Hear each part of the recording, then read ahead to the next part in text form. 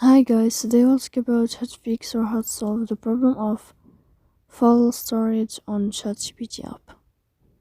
To know how to fix or how to solve the problem of full storage on ChatGPT app, you should just go to settings. After that, you can click on apps, default apps, app settings. Then you'll enter to the window of ChatGPT. Here you can click on first stop and you can click OK. Then we'll enter to the window of storage. Here you can click clear cache. In the end, you can go to Play Store, you can uninstall your app and you can uninstall it again. So please don't forget to support us by like and subscribe.